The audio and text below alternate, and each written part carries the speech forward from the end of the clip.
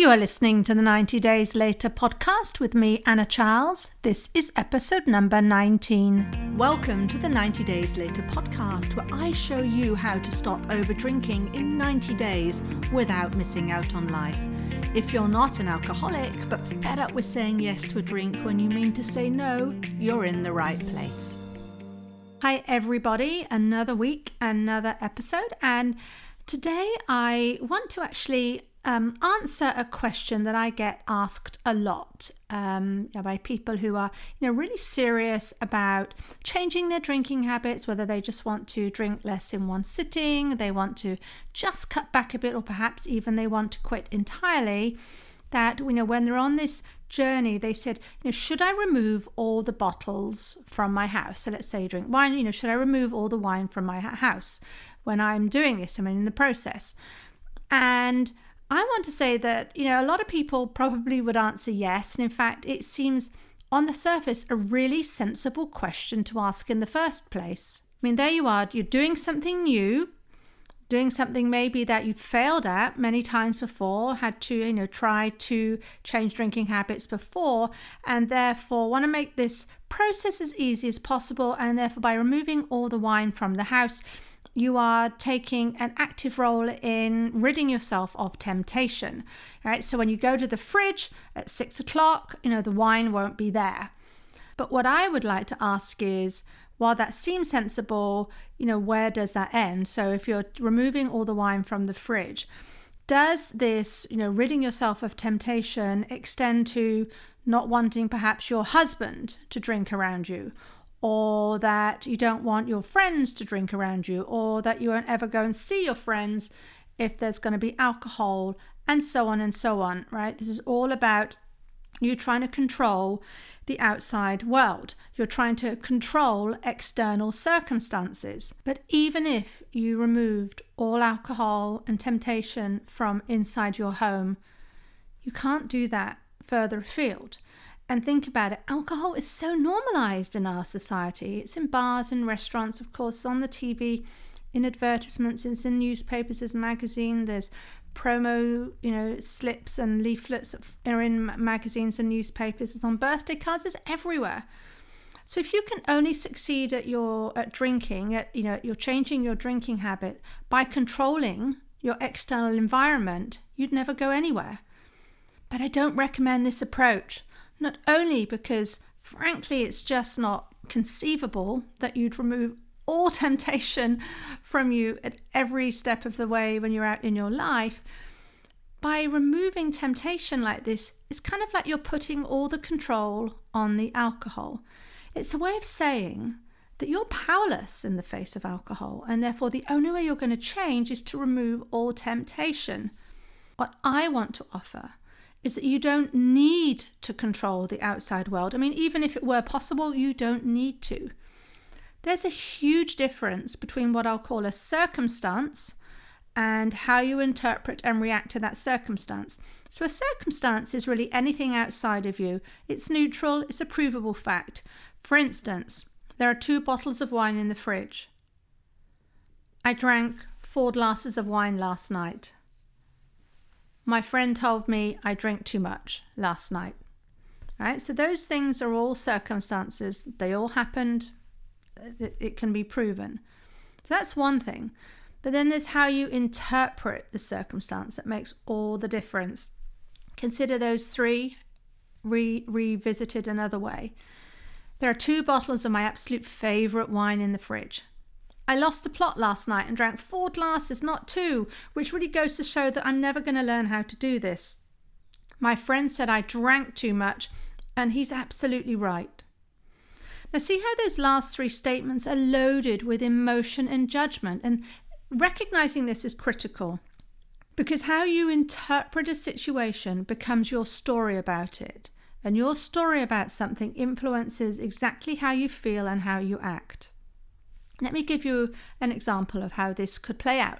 Right, I used to love French Chablis, the white wine, crisp white wine. Oh my gosh, it was my all-time favorite, so yummy. But I never ever liked drinking whiskey. Thought it was yuck. Went on whiskey tasting things, never really enjoyed it, never drank very much of it. Now just imagine if me back in the day, if I went into a bar and they had free French Chablis on tap all night long, right? You don't have to pay a thing, drink as much as you like drink as, eat all you can eat, so it's all you can drink. Sign me up. That would have been my response. Now consider you go into a bar and they have a similar offer, but it's for whiskey all night long, right? Free. The most single malt, the highest, most valuable, most revered whiskey in the world. You can have as much as if you like for free, right? Normally would cost 50 quid a shot. Now it's nothing. Nothing would have induced me to have taken them up on the offer, right? Now it's the same circumstance, the same situation. There's free drink being offered in a bar all night long, or you can drink. But it was my thoughts about the drink that determined how I felt and therefore determined how I acted. So in the example of the free Chablis in the restaurant, that is triggering all my feelings of desire, bringing up all that emotion. Yes, my brain would be saying in that time, yes, where's the wine? Pour me the wine. I can't get enough of this. I'm going to drink all night. It really wants that reward of the wine. But with the whiskey, my brain wasn't being triggered by desire, because I was thinking different thoughts about it. I wasn't thinking, bring it on. I was thinking, yuck. That stuff always stinks. I just can't, it's too bitter and too sharp. Just don't like it. So it was easy to not feel the desire. So it was easy to not drink it. In fact, I would never even consider it. Now, there could be someone else in that same restaurant who adores whiskey and would want to do the equivalent of me with the French wine, would want to take the restaurant up on it and drink loads and loads and loads and think it was just the best night ever. Same circumstance, restaurant offering free whiskey, different reactions. You see, so it's all down to how you think about the drink. You are the one in control. Fundamentally, you are in control. Even if you tell yourself you aren't, you absolutely are. I've just proven that to you. So if I can not feel the desire for whiskey, right? It was possible I could not feel the desire for white wine. That was a real moment for me. It was really important because it was another way of me proving to myself that I am in control, not the alcohol. The alcohol just sits there. The alcohol is totally neutral.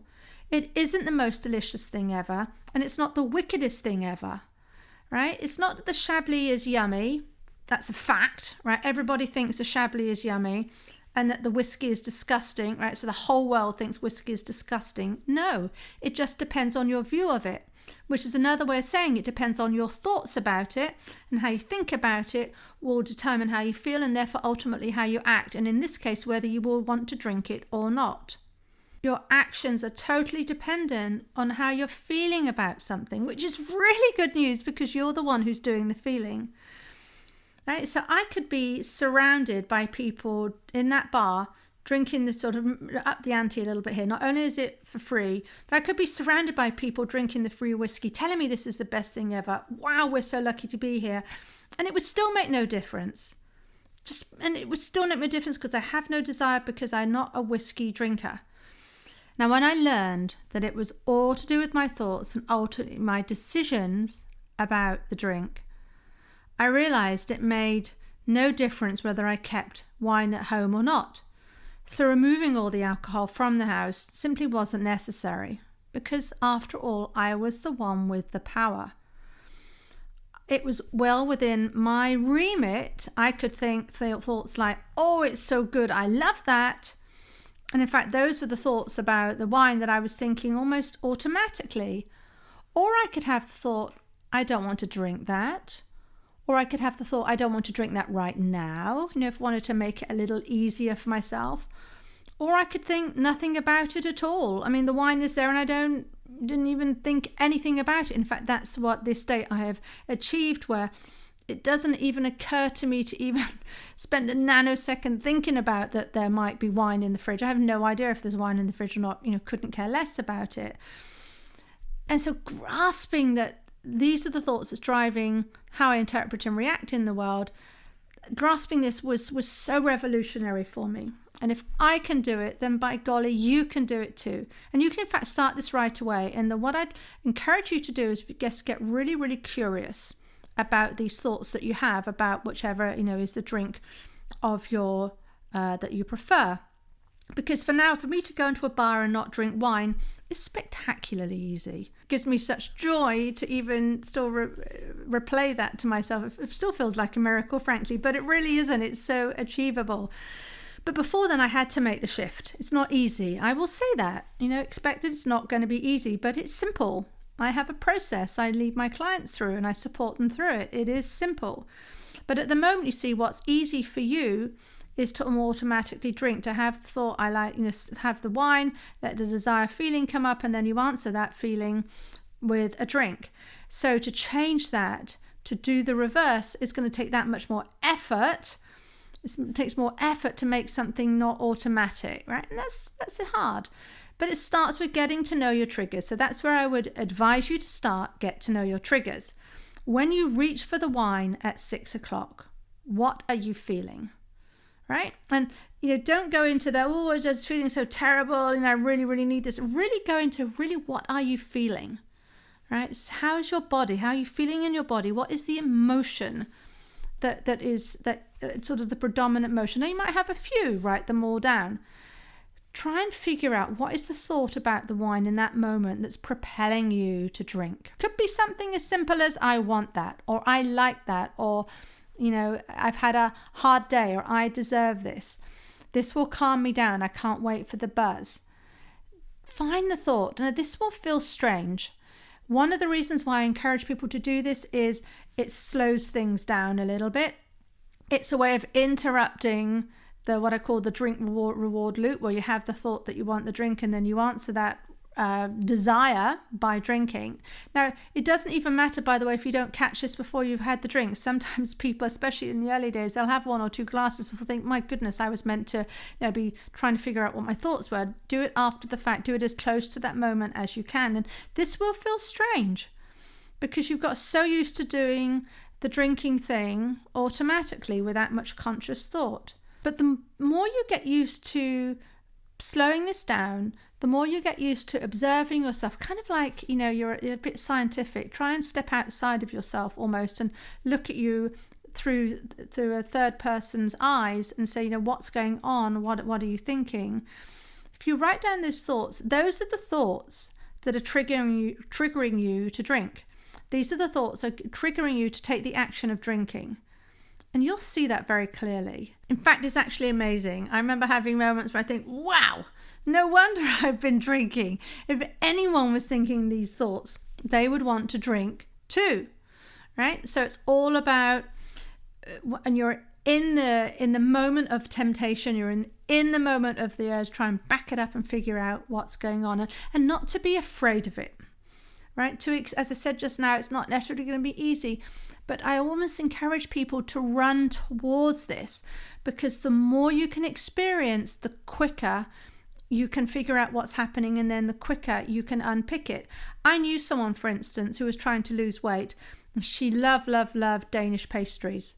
So what she would do sometimes is she'd go and sit in a particular cafe where they did the most divine Danish pastries. She'd go and sit in there on purpose, just to sit there and just to feel all the urges, just so that she could then figure out and inquire and be curious about what was going on, what was she thinking and what was she feeling when there was the urge. And back in the day, I used to do something similar. So I would go into a bar to basically allow myself to get triggered, to feel triggered, to be there, to look at the wine. And I would do that so I could inspect my thoughts. And then when I had that urge to drink, inspect my thoughts and figure out what was going on. This gave me intelligence. This gave me information that gave me to help me to get to the root of it, so that I could then start to rewire those thoughts and actually start thinking things that would drive intentionally a different action. And if you do this, right, it might feel scary at first. I mean, this reminds me a little bit of when I was at school and we were doing athletics, we were doing the hurdling. When we were up to a certain age, we would hurdle over what was basically a very, very flimsy cane that was just about held on 2 other canes, right? So basically a gust of wind would blow the thing over. The idea was that if you're running there and then you did, whatever the funny skip thing you had to do, and then you did the hurdle, if you caught the cane with the toe, if you didn't raise your leg high enough, okay, you'd hit it down, but you wouldn't get injured, right? It was no big deal. And then we moved up to senior school, and then we started using the proper hurdles, the real heavy things with, I think they had a metal base and certainly had really thick wood. You hit one of those, it would hurt, right? This was proper scary. So you train on kind of like the baby hurdles, and then you move on to the real McCoy. But despite doing this, there still came a point when we had to transfer from the simple one to the real one. Like there's still that point of transformation that you just had to sort of work through. But having had the technique of the simple hurdles, it meant, the transition was a little bit easier. But it is scary. So I'm sure that you're going to want to avoid situations where you're triggered. And this comes back to the top of the podcast. Should you remove all the alcohol from the house? Because the idea is that that's triggering. But being triggered, that really is where the learning is. To really start to investigate what's driving your desire to drink. And it might not be what you think it is. But if you do it with courage and compassion, you'll start to find the answers that are going to be the key to unlocking how you can go about changing your view of alcohol and your view of yourself, so that you become the person who drinks exactly the amount that you want to drink, rather than somebody who doesn't know how to stop. And remember, back on the topic of control, every drink is in fact a decision. In fact, every sip is a decision. At first, it may be an unconscious decision, right? We do drink often automatically because we've trained ourselves to do that. But nevertheless, these are all decisions.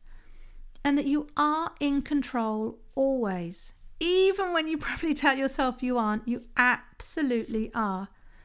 Now, being successful at rewiring your drinking also involves being able to manage the urges that do come up. So again, back to the person who would go and sit in the bakery, she couldn't just sit there and feel completely triggered. It was also then involved in understanding how to manage and handle and allow the urges that came. So in the case of you, this would be the case of training yourself to not drink, right, when the urge comes along. But all of that's for another episode. There's a lot more to say about managing urges. But for now, start just to get really inquisitive about your thoughts. So you don't need to remove all the booze from the home, because you are in control, right? This is exactly the kind of thing I help my clients with. And it's something I can help you with too. Because if you'd like to stop over drinking or even quit entirely, it's absolutely possible to do this with an open bottle of wine in the fridge. So there you go. You don't need to remove all the bottles from the house. Now, if this podcast resonates with you, I can tell you 100% that I can help you too. Email me on anna@90dayslater.co. We can set up a free consultation call. Well, we'll talk about where you are right now, where you want to be. And on that call, I'll actually also build the exact plan you need to help you achieve your goals. And it will be simple, I promise. So if that's of interest to you, message me on anna@90dayslater.co. Otherwise, get curious about those thoughts when you have that desire to drink, and I'll see you next week. If you like what you're learning in the podcast and you want to take the work further and achieve total freedom around alcohol, let's talk. I help my clients stop reaching for that first glass of wine the moment 6 p.m. rolls around, and they don't miss out on life. And we do it in 90 days. The effect is permanent. Email me for more information on anna@90dayslater.co. And if you did enjoy the show, I'd really appreciate if you'd leave a rating and review to help others find the 90 Days Later podcast.